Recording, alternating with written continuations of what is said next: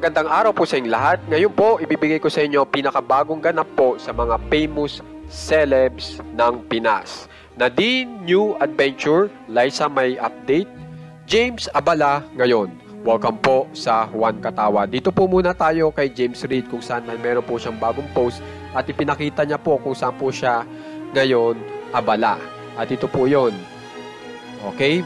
Halatang halata po na siya ay nasa recording studio at ang kasama niya po dito ay ang kanyang girlfriend na si Isa Pressman.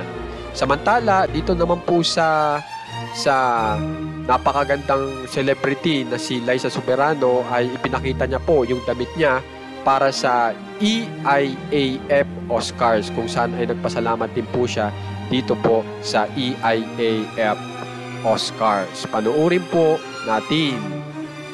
So yan, iminomodelo po ni Liza Soberano yung damit niya na pang EIAF Oscars.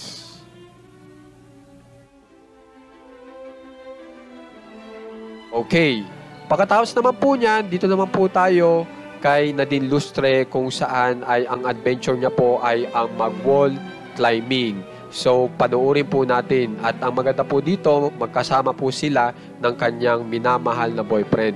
At yan nga po si Barrio, na boyfriend ni Nadine, yan sinusubukan na mag-wall climbing at ang bilis pong matuto. Samantala, ito naman po si Nadine Lustre, talagang gustong abutin pa ay yung malalayo. Yan, sinusubukan po. Ayan, yan yung mga barkada ni Nadine Lustre at yan pa. So, tingnan uli natin yan, si Barrio, inaayos pa yung bato na kung saan ay dyan po siya kakapit. Yan. At ngayon yan, nandyan na po sa taas si Nadine Lustre. Talagang kitang-kita nyo na may improvement. So guys, pansamantala yan na muna ang ating balita sa mga famous celebs po ng Pinas. Kung gusto nyo pong ma-update, alam nyo na po ang gagawin, subscribe lang po kayo sa ating channel. Maraming salamat po.